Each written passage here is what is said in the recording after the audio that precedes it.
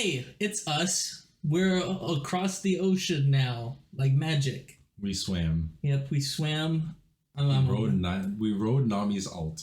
We rode Nami's alt. Mm-hmm. Can you do that? And can I just like kind of chill with Corky on a Corgi flying? Sure.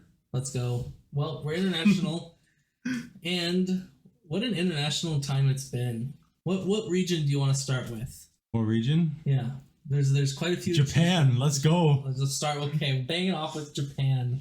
First off, their finals are coming up here soon, and it's going to be Detonation Focus Me. Big shocker. They're like the TS or the T1 of Japan. Yeah, they have been consistently showing up at Worlds, right? Well, and just international tournaments in general for a solid couple, like 3-4 years. And they're always fun to watch. Like, that's just one thing I would say. Like, I remember one time DFM Steel, and he picked Shaco in a pro playing match. And it actually looked like it was working. They're very wacky. It was wacky, but and I loved it. The second team there right now in finals, Shogoku Gaming. It was like Sengoku? Sengoku? Sengoku. Oh, it's a cool name. I like it. I like it a lot, yeah. But it is also where the infamous Reaper, that was the head coach for 100 Thieves, went to, and has basically cultivated some young Japanese minds. 100 Thieves really begging him to come back. Yeah. But Sengoku Gaming, they're looking really strong right now. And very soon, DFM and Sengoku Gaming, they're going to be going off and see who goes to MSI. It's usually always DFM. I want Sengoku. I want to see Reaper back. That's why, you know? I want to see Reaper internationally. Mm-hmm.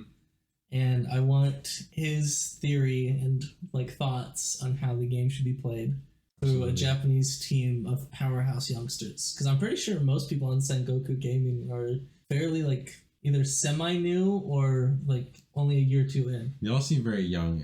I like it. It's Reaper and his like genius children. You know? My anime children have gathered. I isekai them here. Oh my god. To play League of Legends.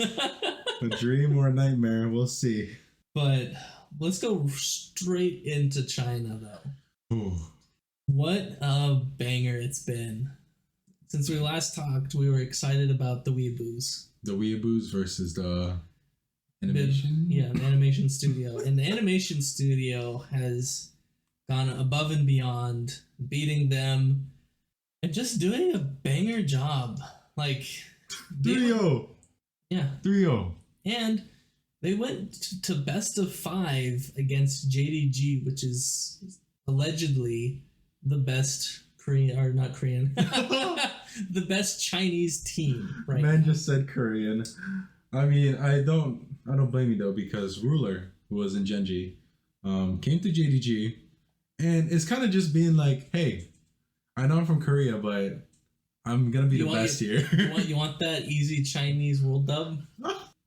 You just need a few Korean imports, and I'll give it to you.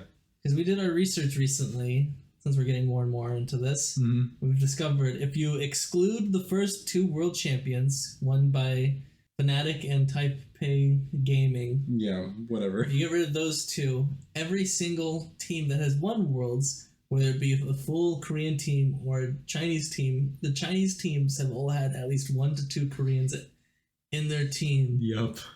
Making Korea number 1. FPX had Doombi. Invictus Gaming had the Shy. And, Rookie? Yeah. What is it? There's one more. EDG had Scout and Viper. By the way, Scout is Korean. Yeah. If people don't know. It's not just Viper. I did not know that. I just thought it was Viper. Me too, for the longest time. But I did some research and I was like, wow. So, you know. Yeah, and so... They know Koreans win the game. Yeah, and so the anime studio going best of 5 against them. Impressive. They get knocked down into loser brackets.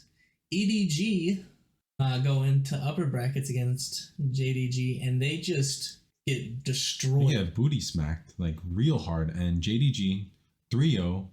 And that's where we just think that maybe the BLG versus JDG game might be really... The rematch might be really exciting because... JDG, obviously, had a tougher time against BLG versus EDG. Now, BLG, they took out OMG, obviously, and they're finally going against EDG to see which one of them will lock in the MSI spot with JDG? What do you think? I think Bibli. So in theory, EDG will win because there's always like the Chinese speculation of it's really hard for the kind of early young, like not really like cemented teams making it. Mm-hmm. Like JDG's or when they first started, they had kind of an okay run, and then they just got good. Yeah, they finally collected enough decent players to make a foundation. Absolutely, and we can't forget at Worlds they were the number 1 seed, and also the highest placed Chinese team at Worlds. And EDG, they have that foundation already, saying that they've won Worlds once already. Absolutely, and their team is very solid. But BLG has been. That is true. That's like Ben is just so cracked. When he was in RNG, he was destroying. He got swapped, moved around a bit. Now he's in BLG, and he's still destroying. He's an incredible player, both micro and macro. And you can just tell, kind of like 369, where we saw him as a very mechanical player. I honestly, in my opinion, think Ben is an even greater mechanical player. So my thoughts on this is that it will be Studio Bibli Gaming. I keep saying Studio, but I think it's just Bibli Gaming. Just Billy or something like that. I think they're like the Golden Guardians in that they'll make it to the finals. Okay. For winning, though, I think JDG will still win. You still think JDG will win? Yeah. Okay. I think they'll still win. I think that they're just very solid. But I think they're a contender for Worlds. I'm still very excited to see Billy Worlds. Gaming. I think Worlds too, but MSI. I feel like they're going to be a final contender for MSI. Understandable. Yeah, I mean they're riding a very big momentum, right? I mean, obviously the momentum slowed down a little bit because they lost to JDG, but they're showing up, and a lot of people are very excited for this team. I think a good showing would be JDG versus T1. Rematch? In Worlds. Or not Worlds, MSI. Yeah. Now, some people might say GenG might be better because, once again, T1 realized that they cannot beat GenG to save their lives at finals. Yeah, they usually do a better run at Worlds, but I don't know. Maybe GenG just like in home ground, we're the kings or something like that. Second split in a row, they've dropped the ball. Mm-hmm. And it's hard to watch. I was so excited for T1 because it's completely different. Even though it's the same players, they feel completely different. Going into finals, everyone thought they were going to win too. There was just such... It almost felt like each player on T1 had their own way of wanting to win their split. I think it was the first time ever where they weren't cohesive. I think kind of like Worlds, their drafting got a little bit cocky, where they got completely shit on by Chovizari and Doran's Gragas, and they just allowed those two champions to go through in the second match. And what do we see? Them get destroyed again. And now T1, they're in this very uncomfortable spot of just trying to win the game from this huge point deficit right here. They have to win 3 games in a row now. Just because... And that's very hard to do. Yeah, it's not something easy, and it's mentally taxing as well. Like, sure, EDG was able to do it 1 trillion times in Worlds 2021, but this is, it's not easy. T1, they were able to clinch out the 3rd game. They took the Ari. Barely. Yeah, they barely won, but they were able to do it. And it was starting to find like a good match. It wasn't very one-sided because they were able to understand the threats and play towards their strengths. But then we go back to game 4 and... We forgot all about game 3. I was talking about game 3. No, that's what, going into game 4, it felt like they forgot all about... Yeah. How they won game 3. They went back... It was just like a mental relapse. Their minds blanked game 3 and they thought it was game 2 again. I mean, game 3, the drafting wasn't terrible. And T1, they were playing well, but there was a lot of moments where Faker was actually kind of forcing the initiative, which is fine, but it wasn't necessary. Because of that, even when T1 had a small lead, and because of Faker's aggression, they would kind of just lose that. And I know whenever Faker loses a tournament or something like that, a bunch of Faker haters come in, and I'm not supporting that because Faker, I still think he's a GOAT. Just because he's historically the best doesn't mean that he's still the best right now. but everyone is just like getting so mad about it. They're getting so mad. But if you look at the, first All-Star Pro team, Faker had the best stats of any other mid laner in the league. Actually, all of T1 except for Owner. Owner was third place, but the rest of T1, they were all first place for the All-Star Pro team. Now, I wonder if it has kind of like the same mentality of kind of like how we kind of agreed on Golden Guardians. Like they kind of went back on their play style a bit during the finals. I would almost say I kind of saw the same thing in T1. Like, as like from a coach, like draft pick wise, it very much didn't feel like the normal T1 we're used to watching. I agree. Their draft wasn't as exceptional. Yeah. It felt very much old school T1, which is not what they've done at all, really, at this whole split. Yeah. And I wonder if that was the reason. It could be. But it's just very sad. It was very sad to watch. But I mean, I have to give props to GenG too, though. GenG pays. He's a rookie ADC, and he was so good. Yeah, for a rookie, it almost reminded me of Gumayushi's first year, just showing up and just destroying, right off the bat. And Pacey played consistent, and I've never seen a Jinx play so aggressive like that. Super, it felt like a Jinx or a Draven was in the skin of a Jinx. Yeah. Of just, I'm going in now. Wait, what? You can't do that. Watch me. Yeah, so I have to give GenG the benefit of the doubt because even though T1, I didn't like the drafting and I think they did throw away game 2, GenG, they still played well. And even in the games where T1 did win, they made it tough, right? It still showed that despite draft, they can still contend for winning the game. It looks like, similarly to Worlds, GenG is going to be entering MSI as the first seed and T1 is going to be entering as the second seed. Yeah, and speaking of seedings, the LEC, right now, they're in their group stage, which, surprise to all, G2 gets immediately knocked into the lower bracket. Did not see that coming. Like a legit surprise, not like fake surprise. Yeah. Koi Gaming comes out of left field and 2-1s them. G2 already locked in a spot for MSI. I know, but these points still matter when it comes to Worlds. That's true. Absolutely. They could be risking as G2, you still want to get the top 1 or 2 seed for Worlds. Otherwise, it's just a lot harder on you. But there's always the idea of the legendary lower bracket run, so maybe they're just going for that. Yeah, you never know. I feel like we'll never see another DRX run. That was a crazy run, yeah. That was once in a lifetime, I feel like. Once in a lifetime for sure. And I liked it. I liked the DRX run. I also really enjoyed the EDG run where it wasn't like a DRX one, but they had to, it was a game 5 every single game. It was exciting to watch. It was exciting because there was so much on the line. It was always to the last game. And then DRX, obviously, the whole storyline of death and everything like that. Yeah. This year's Worlds. It'll be interesting. NA finally taking the throne. I don't know.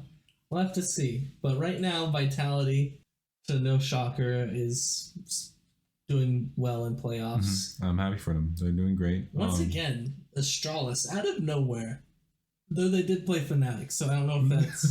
Yeah, Fnatic, they've started playing better. Yeah. But a little bit too late. Not enough.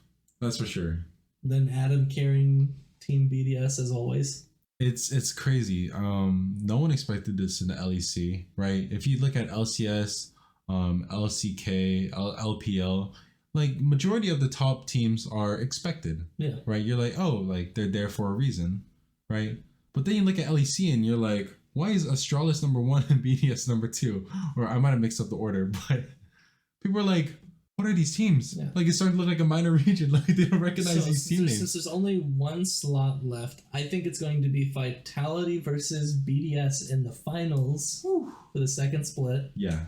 I think BDS will win, but Vitality will have enough points to where they will go to MSI. I think so.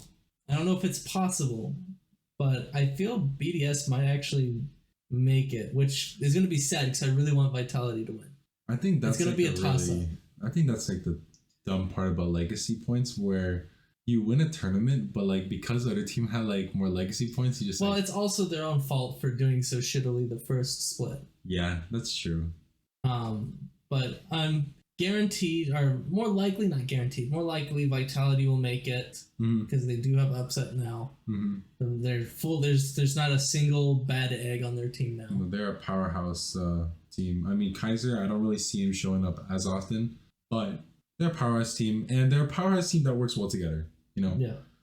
They're not a Team Liquid or 100 Thieves. They're a pretty well put together team. Well-oiled machine. Well-oiled machine. That's the way to put it. Yeah. So that's my bets.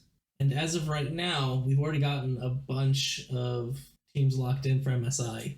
So we have GenG, T1, Cloud9, JDG Gaming, G2, Golden Guardians, and then surprise, surprise, PSG Talent. Yeah, they're always there. They're always. It's either them, some other team joins them in Worlds.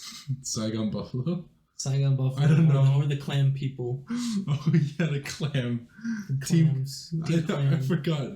It was a funny name. It was, but we still have a couple more slots. It's gonna be interesting. I feel like the other regions, besides Sengeku Gaming, will have a very hard time this MSI.